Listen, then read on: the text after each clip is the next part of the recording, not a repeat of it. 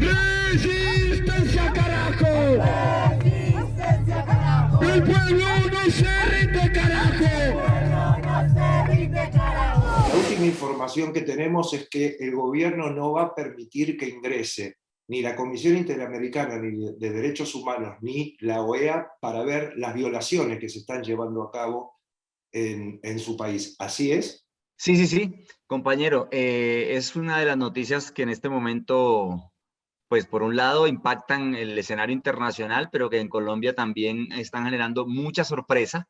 por parte del Comité Nacional de Paro, que es uno de los centros, digamos, de dirección del paro, no el único,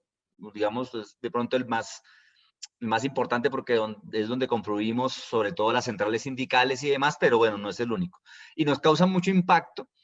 porque llevamos 8 días seguidos de interlocución con el gobierno nacional, tratando de acordar una serie de garantías para el cumplimiento de los derechos humanos y para el cese de la matanza que en este momento viene desarrollando la fuerza pública. Nosotros le llamamos así porque van más de 50 muertos en menos de un mes de paro nacional, 1000 desaparecidos, hay 12 violaciones a mujeres confirmadas, o sea, una situación de violaciones de derechos humanos impresionante. Y en todos estos días con el gobierno hemos exigido que no puede haber un escenario de negociación si no se cumplen unas mínimas garantías, unas mínimas garantías para el desarrollo de la protesta popular, ¿cierto? Y nos encontramos con esta noticia donde el gobierno se niega que hay una veeduría. Entonces decimos, ¿realmente a qué está jugando el régimen de Iván Duque? Quiere que internacionalmente se considere que el régimen no es dictatorial y que no está violando los derechos humanos, pero impide una veeduría internacional que sí solicitó, por ejemplo, para Venezuela y que fue uno de sus principales impulsores. Entonces nosotros, dentro del Comité Nacional de Paro, en estos días en que hemos estado interlocutando con el gobierno para que garantice la movilización y los derechos constitucionales que supuestamente tenemos los colombianos y colombianas, pues la verdad nos cae muy mal esta noticia, porque implica que realmente va a ser muy difícil llegar a un acuerdo con Duque para que se garanticen las libertades democráticas y ahí sí poder iniciar un eventual proceso de negociación. El proceso de negociación que ustedes llevarían a cabo, ¿en base a que cuáles son los reclamos más importantes y cómo nacieron estos reclamos? Bueno, decir que básicamente la protesta inicia por una reforma fiscal o reforma tributaria que el régimen de Duque quería implantar. Reforma fiscal y tributaria que el gobierno argumentaba que era necesaria porque había que llenar un hueco en las finanzas del Estado causadas por las supuestas inversiones que tuvieron que hacer o que tuvo que hacer Duque para manejar la pandemia del COVID-19 durante el año pasado. Realmente inversiones que no se vieron, ¿sí?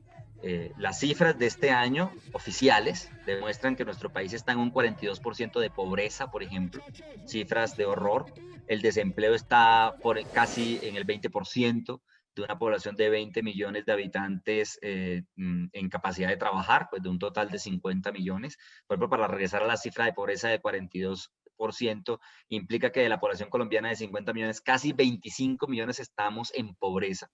Entonces, claro, esto nos indigna a la población colombiana. Por el Comité Nacional de Paro se convoca luchar contra la reforma tributaria, que es, digámoslo así, la chispa que incendia la pradera. Y eso es una cosa que se logra, es una cosa que se logra. El régimen de Duque, por la contundencia de la movilización, tiene que anunciar el retiro de la reforma tributaria. Pero ya estábamos el pueblo colombiano,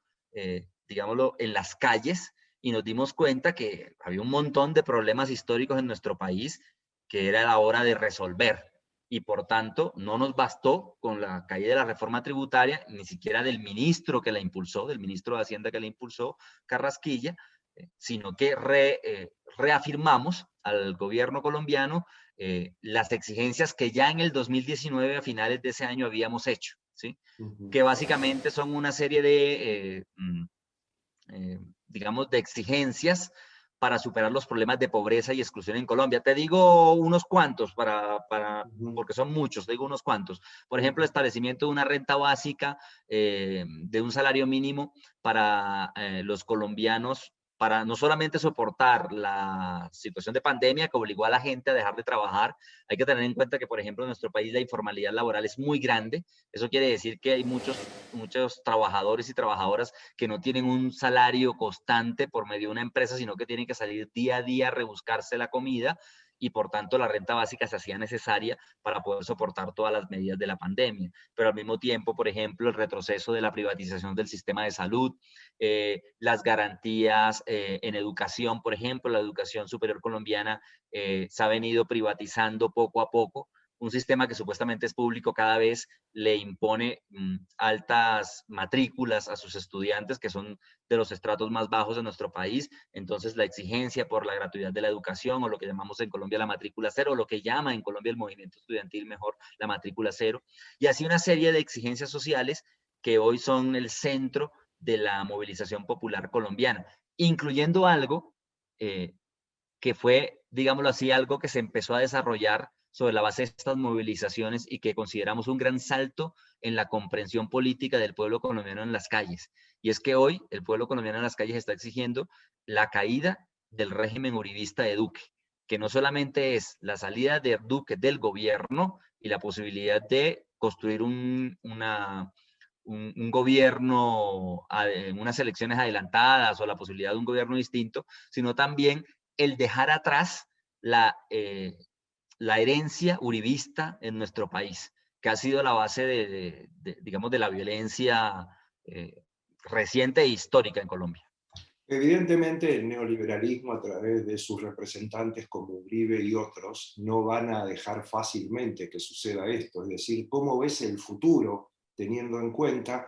que no va a ser nada fácil que dejen de reprimir al pueblo cuando está en la calle? Bueno, decir que, pues tener la bola de cristal para saber exactamente qué va a pasar, pues muy difícil, ¿cierto? Pero hay varias cosas que nos llenan de esperanza. Tengo que decirlo así, es decir, los que desde las centrales sindicales y otros movimientos y organizaciones llevamos años en esta brega por destruir o bueno, por hacer retroceder los gobiernos neoliberales en nuestro país, no habíamos visto un escenario de tanta movilización popular, un escenario en el que la gente haya escuchado nuestro llamado y esté en las calles exigiendo, como te digo, no solamente una serie de reivindicaciones sociales, sino incluso un cambio de gobierno. Y eso obviamente nos llena de esperanza y hace que pensemos en que pueden hacerse transformaciones en nuestro país, no solamente en el escenario democrático, bueno, siempre en el escenario democrático, pero digo, no solamente en un posible escenario electoral, quiero decir, sino inclusive de raíz profunda en Colombia. El año que viene son las elecciones presidenciales y todas las encuestas, por ejemplo, ponen de puntero de lejos a Gustavo Petro, que no sé si en Argentina haya llegado, obviamente, seguramente sí, información sobre él, que ha sido un candidato, digámoslo así, de la izquierda democrática colombiana, que al estar, no digamos que apoyando o dirigiendo la manifestación, porque no es así, esto ha sido un movimiento surgido de la base y dirigido por las organizaciones sociales, pero digamos siendo él en cierta manera eco de algunas de estas reivindicaciones sociales, lo tienen en un escenario, digamos,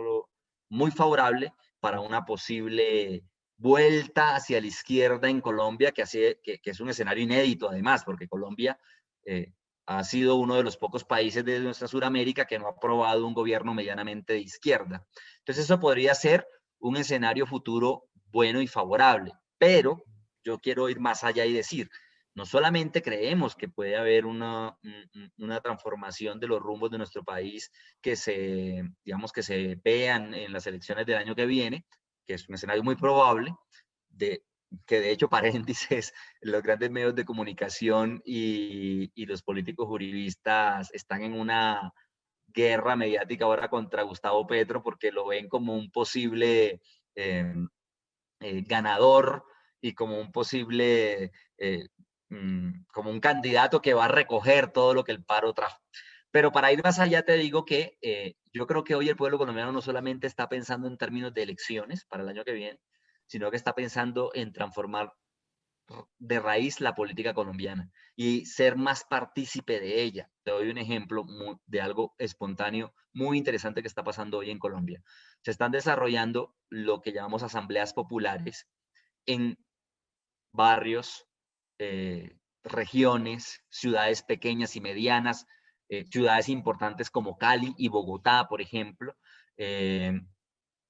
empresas, fábricas. Son escenarios donde la gente, a veces de pronto sin un alto nivel político, pero está participando en escenarios de deliberación sobre el futuro del país, algo que en Colombia muy pocas veces habíamos visto, porque ha habido una apatía, digámoslo así, histórica del pueblo colombiano de participar de la política, ¿no? Porque la política es de los políticos, allá arriba, y la política es tal vez solamente los años de elecciones, y el colombiano, digamos, metido en toda esta idea conservadora de que el problema es trabajar y salir adelante y de que el gobierno en últimas no resuelve nada y nos toca a nosotros ver cómo resolvemos, había sido reacio a esta participación política. Y este boom de participación política nos tiene muy esperanzados y muy contentos porque, a pesar pues de las tristezas que trae la represión y los muertos y todo esto, demuestra que la población colombiana en general quiere de verdad un cambio radical, con un ingrediente muy importante, la participación de la juventud. La juventud colombiana está siendo una de las principales protagonistas en estas jornadas de movilización. No solamente en lo que se conoce como las primeras líneas, que son algo así como equipos de defensa de las movilizaciones que se han venido construyendo para defenderse de la represión policial, integrados principalmente por jóvenes, sino también participando de estos espacios deliberatorios de asambleas populares que están pensando su nuevo país. Entonces, creo yo que tenemos un futuro luminoso.